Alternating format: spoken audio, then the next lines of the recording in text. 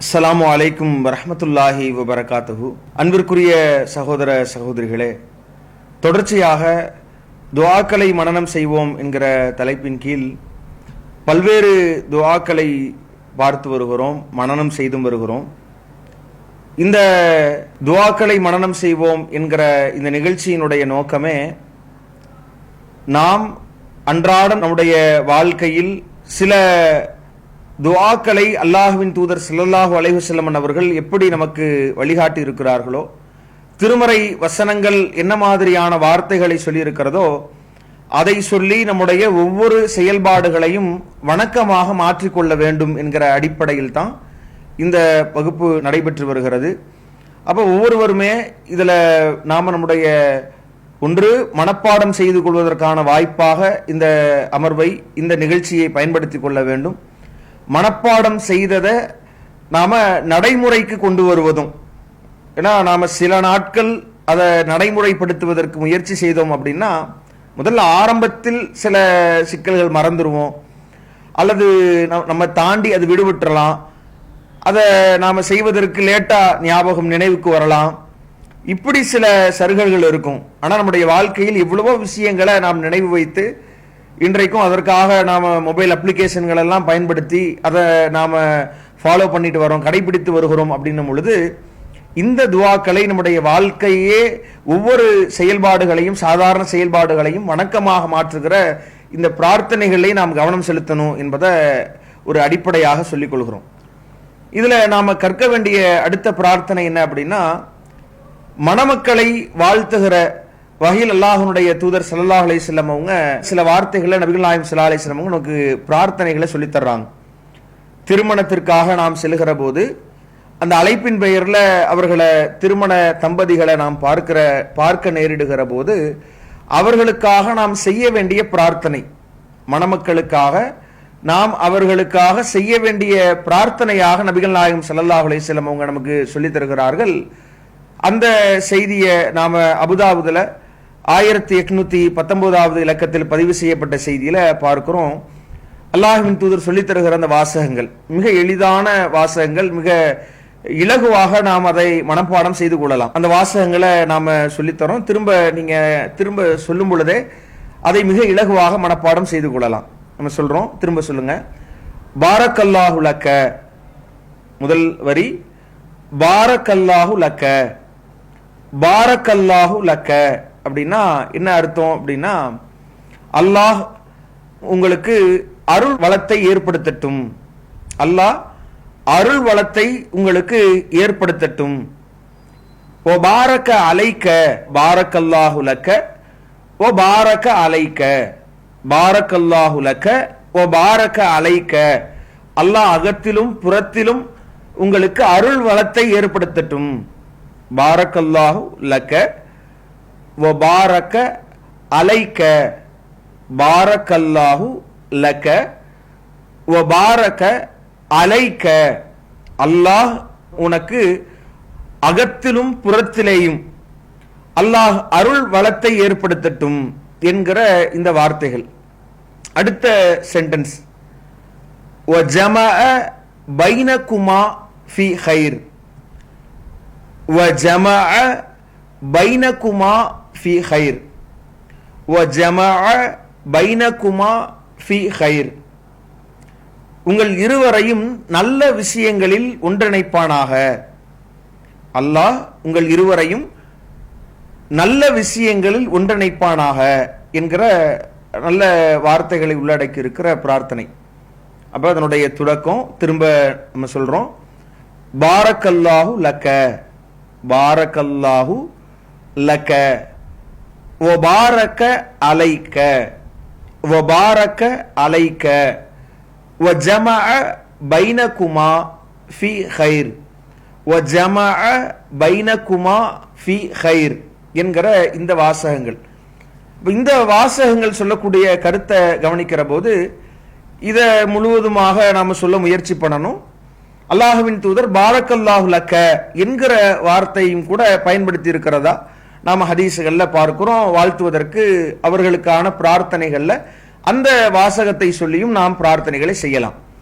அப்ப இதனுடைய இந்த முழு வார்த்தைகளை மனப்பாடம் செய்யணும். பாரக்கல்லாஹு லக்க வ பாரக அலைக்க வ ஜமஅ பைனகுமா ஃபீ கைர் என்கிற இந்த வார்த்தைகள்.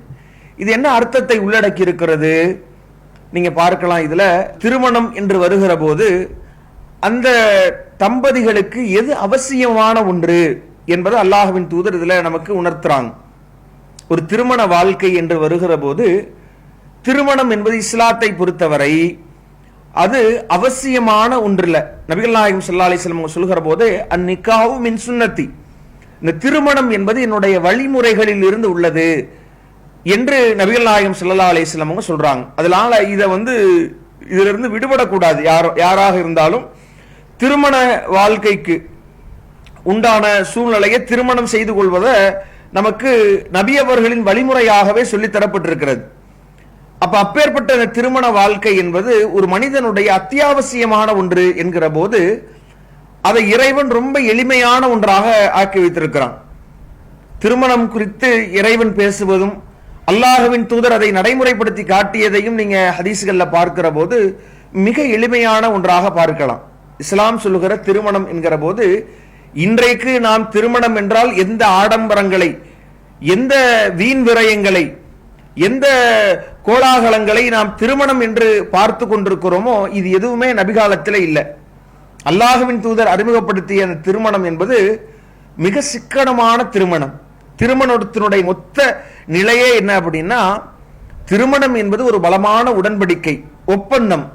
அந்த ஒப்பந்தத்திற்கு தேவையான சாட்சியங்கள், அந்த பெண் சார்பாக ஒரு வழி, அதே மாதிரி பெண் பார்க்கிற நிகழ்வு மாதிரி ஆண் தரப்பிலிருந்து மகர் கொடுக்கப்பட வேண்டும், ஆண் தரப்பிலிருந்து வலிமா கொடுக்கப்பட வேண்டும். இதுதான் மொத்த திருமணத்தினுடைய நிகழ்வுகளாக அல்லாஹ்வின் தூதர் பதிய வைக்கிறாங்க. அப்பேற்பட்ட அந்த திருமணத்துல ஒரு மனிதன் தன்னுடைய வாழ்க்கையை துவங்குகிற போது அவனுக்கு தேவையான அவசியம் என்ன தெரியுமா? நபிகள் நாயகம் ஸல்லல்லாஹு அலைஹி வஸல்லம் அவங்க அந்த திருமணத்தை எளிய முறையில் அமைத்துக் கொள்கிற போது தான் நீங்கள் அந்த திருமணத்தில் அவசியமான அந்த பரக்கத்தை பெற முடியும் என்று சொல்றாங்க. இன்ன ஆலமன் நிக்காஹி பரக்கத்தன் ஐஸரஹு மஊனத்தன். அல்லாஹ்வுடைய தூதர் சொல்றாங்க, குறைந்த செலவில் நடத்தப்படுகிற திருமணத்தில் தான் அது பரக்கத்து நிறைந்த திருமணம் என்று நபிகள் நாயகம் ஸல்லல்லாஹு அலைஹி வஸல்லம் சொல்றாங்க. பரக்கத்துனா என்ன? நாம ரொம்ப சொற்பமான, இன்றைக்கும் நீங்க இஸ்லாமிய குடும்பங்களை பார்க்கலாம், ரொம்ப சொற்பமான ஆண் மட்டும்தான் அந்த குடும்பத்தில் சம்பாதிக்கக்கூடிய நிலையில் இருப்பார். மற்ற தன்னுடைய மனைவியாக இருக்கலாம், பிள்ளைகளாக இருக்கலாம், அவங்க ஒரே ஒரு நபருடைய சம்பாத்தியத்திலேயே வாழக்கூடியவர்களாக இருப்பாங்க. ஆனா பார்த்தீங்கன்னா எல்லாரும், நீங்க இன்றைக்குமே உலகமே பாய் நான்வெஜ் இல்லாம சாப்பிட மாட்டார் என்கிற அளவிற்கு நல்ல உணவுண்டு, நல்ல நிலையில இருக்கிற மாதிரியான ஒரு சூழ்நிலை ஏற்படுத்தப்படுகிறது என்றால் அப்ப இறைவனுடைய அபிவிருத்தி அவர்களுக்கு இருக்கிறது என்பதை நாம் பார்க்கிறோம். அல்லாஹ்வின் தூதர் ஸல்லல்லாஹு அலைஹி வஸல்லம் அவங்க கூட சொல்றாங்க, நபிகள் நாயகம் ஸல்லல்லாஹு அலைஹி வஸல்லம் சொல்லும் பொழுது பரக்கத்தை பல இடங்கள்ல பல மாதிரியாக ரசூலுல்லாஹ் விளக்குறாங்க. அதுல சின்ன ஒரு நபி அவர்களுடைய அந்த அடிப்படையில நாம விளங்குவதற்கு ஒரு ஹதீஸை பார்க்கலாம். தஆமுல் இஸ்னைன், ஒரு இருவருக்கான அந்த உணவு என்பது எப்படியானது அப்படின்னா, அல்லாஹ்வுடைய தூதர் சொல்றாங்க, காஃபி சலாசத்தி, ஒரு 3 பேருக்கு அது போதுமானதாக இருக்கும் என்று அல்லாஹ்வுடைய தூதர் சொல்றாங்க. அதே மாதிரி 3 பேருக்கான உணவு என்பது அது 4 பேருக்கு போதுமானதாக இருக்கும். இந்த உணவை நாம உட்கொள்ளும் பொழுது நாம என்ன நினைக்கிறோம்னா, பெரிய எண்ணிக்கையில நிறைய 000 இருந்து நம்மிடத்துல வருமானம் இருந்தால்தான், நம்மிடத்தில் தொகை இருந்தால்தான் நாம நல்ல வாழ்க்கையை வாழ முடியும் என்று நினைக்கிறோம். ஆனா உண்மை என்ன அப்படின்னு சொன்னா, இறைவன் சில 100 ரூபாய்களிலேயே, சில ஆயிரங்களிலேயே இறைவன் அபிவிருத்தி ஏற்படுத்தி விட்டான் அப்படின்னா, ஒரு சாதாரண அந்த சில ரூபாய்கள்ல நம்முடைய மொத்த செலவீனங்களையும் செய்து முடிக்க முடியும். இன்னைக்கு பார்க்கலாம், பல லட்சங்கள் சம்பாதிக்கிறார்கள். சம்பாதித்தவர்கள் பார்த்தோம்னா எல்லாமே வீடு எதுல இருக்கு, லோன்ல இருக்குது, வாகனம் இஎம்ஐல இருக்குது, பயன்படுத்தக்கூடிய ஒவ்வொரு விஷயங்களும் கேட்கிறோம். அவங்களுடைய வீடுகளில் பயன்படுத்தக்கூடிய எல்லா விஷயங்களுமே லோன்ல இருக்குது, இஎம்ஐல இருக்கிறது என்ற ஒரு சூழ்நிலையை நாம் பார்க்க முடிகிறது என்றால் அப்போ இவர்களுக்கு வழங்க வேண்டிய அபிவிருத்தி இல்லை, லட்சங்கள்ல சம்பாதிக்கிறார்கள். சம்பாதித்த அந்த சம்பாத்தியம் கைக்கு வருவதற்கு முன்னாடி இஎம்ஐல போகுது. இது தேவையற்ற பல்வேறு லோன்களையும் வாங்கி குவித்துக் கொண்டிருக்கிறார்கள். இப்போ வாழ்க்கை இப்படி சென்று கொண்டிருக்கிற நிலையில சில ஆயிரங்களே மாத வருமானம் ஈட்டுகிற பலரும் சுகபோகமாக நல்ல நிம்மதியான வாழ்க்கையை அவங்க சேமிப்போடு தன்னுடைய வாழ்க்கை நகர்த்தி செல்கிறார்கள் என்றால் இந்த பரக்கத்தான் அடிப்படையா இருக்கு. ஒரு குடும்பம் மன நிம்மதியோடு வாழ்வதற்கு இந்த ஆடம்பரங்களோ இந்த தேவையற்ற வீண் விரயங்களோ அது அடிப்படையாக இருக்காது. பரக்கத்தை அவர்கள் பெறுகிற போது தான் உண்மையில் மன நிம்மதியோடு அவர்கள் வாழ்க்கை நடத்த முடியும் என்பதை அல்லாஹுவின் தூதர் இந்த வாசகத்தில் நமக்கு சொல்லித் தர்றாங்க. திருமணத்தில் அதுதான் முக்கியம் பொழுது ரொம்ப ஆடம்பரங்களை வச்சு நீங்க திருமணத்தை உங்களுடைய வாழ்க்கையை தொடங்கமே கடன்ல தொடங்குறாங்களே பார்க்கிறோம். பல திருமணங்களை நடத்தி விட்டு அந்த கடன்களை அடைக்க முடியாமலேயே அந்த திருமணங்கள் நிறைவுக்கு வந்துடுது. அவ்வளவு மோசமான நிலை. வாழ்க்கையிலேயே தொடக்கமே கடன்லையா, தொடக்கமே மிக மோசமான வட்டியிலா, தொடக்கமே மிக மோசமான பெரும்பாவங்களிலா என்று சொல்லுகிற அளவிற்கு மிக மோசமான அந்த பொருளை ஈட்டுவதற்கு என்னென்னமோ பல்வேறு இந்த திருமண செலவினங்களுக்காக பல விஷயங்களை பல பாவமான காரியங்களை மோசமான வழியிலாவது சம்பாதிக்கலாம் என்று ஒருவனை தள்ளுகிறது என்றால் அப்ப இதற்கு முற்றுப்புள்ளி வைக்கிறது மார்க்கம். திருமணம்னா எளிமையான முறையில் அது நடத்தப்படணும். அதுல எந்த ஆடம்பரங்களும் இருக்கக்கூடாது. எந்த இடத்திலையும் விருந்து வைப்பது அவருடைய விருப்பம், விருந்து வைக்கலாம், விருந்துணவை ஏற்படுத்தி விருந்தாளிகளை உபசரிப்பதை ஈமானில் ஒரு பங்காக பல இடங்களில் இஸ்லாம் சொல்லியிருந்தாலும் கூட திருமணம் அதற்கான இடம் அல்ல. திருமணத்தில் மகரை இவ்வளவு நாள் கொடுத்துக்கங்க, அதை அனுமதிக்கிற மார்க்கம். திருமணத்தின் ஒரே செலவான அந்த விருந்தில் அல்லாஹ்வுடைய தூதர் ஸல்லல்லாஹு அலைஹி வஸல்லம் அவங்க எளிமையை நமக்கு நடைமுறைப்படுத்தி காட்டி இருக்கிறாங்க. எளிமையாக நடக்க வேண்டும் என்று சொல்லி தந்திருக்கிறாங்க. அதுதான் பரக்கத்தை பெற்றுத்தரும் என்று வழிகாட்டி இருக்கிறார்கள் என்கிற போது மிக அழகாக அல்லாஹ்வின் தூதர் சொல்லித் தருகிற இந்த வார்த்தை கனக்கச்சிதமாக பொருந்துகிறது. அதைத்தான் நாம் அவர்களுக்கான பிரார்த்தனையாக கேட்க போறோம். எந்த திருமணத்தின் மூலமாக அவர்கள் எந்த பரக்கத்தை அடைய வேண்டும் என்று அல்லாஹ்வின் தூதர் வழிகாட்டினார்களோ அவர்களுக்காக நாம போய் செய்ய வேண்டிய பிரார்த்தனையிலே அதை கேட்க சொன்னாங்க. பாரக்கல்லாஹு லக்க பாரக்க அலைக்க, அல்லாஹ் உங்களுக்கு அகத்திலும் புறத்திலேயும் அருளை வழங்கட்டுமாக, அருள் வளத்தை தருவானாக என்கிற வார்த்தைகளை சொல்லிவிட்டு பைனகுமா ஃபீ ஹைர், அல்லாஹ் உங்களை நல்ல விஷயங்கள்ல ஒன்றிணைக்கட்டும், ஒருவருக்கொருவர் நற்காரியங்கள்ல உறுதுணையாக இருந்து கொள்ளுங்கள். உங்களுடைய இணைப்பு என்பது, உங்களுடைய இந்த ஒப்பந்தம் என்பது தீய விஷயங்கள்ல சேர்ந்து நீங்கள் செயல்படுவதற்கானதாக இருக்கக்கூடாது. ஏன்னா இந்த இணைப்பை அல்லாஹ் ஒரு பெரிய இருவருக்கும் உரிய மன அமைதியாக லி தஸ்குனு இலைஹா, அவரிடத்தில் நீ மன நிம்மதி அடையலாம் என்பதைத்தான் குர்ஆனில் இந்த திருமண வாழ்க்கையின் நோக்கமாக இறைவன் சொல்லி காட்டுகிறான். அப்படி மன நிம்மதி அடைகிற அந்த தம்பதியினர்களுக்குள்ள தீய விஷயங்கள்ல இந்த இணைப்பு இருக்கக்கூடாது. நான் உன்னை கேட்க மாட்டேன், நீ என்னை கேட்காத, நீ கேட கெட்டு ஒளி, நான் கேட கெட்டு ஒளிவை, என்னை கேட்க கூடாது, நீ தொழுவைக்கு எந்திரி, தொழுவைக்கு போ, இல்லைன்னா எங்கேயோ போ, நான் உன்னை கேட்க மாட்டேன், நீ என்னை கேட்க கூடாது என்கிற மாதிரியான ஒப்பந்தமாக அது இருந்துடக்கூடாது. நீங்கள் மார்க்கத்தில் தவறிழைக்கிற போது திருத்தி கொடுக்கிறவராக தன்னுடைய அந்த கணவரோ மனைவியோ இருக்க வேண்டும். தவறில் விழுகிற போது அதை சுட்டிக்காட்டக்கூடியவராக மனைவியோ கணவரோ இப்படி இருக்க வேண்டும்.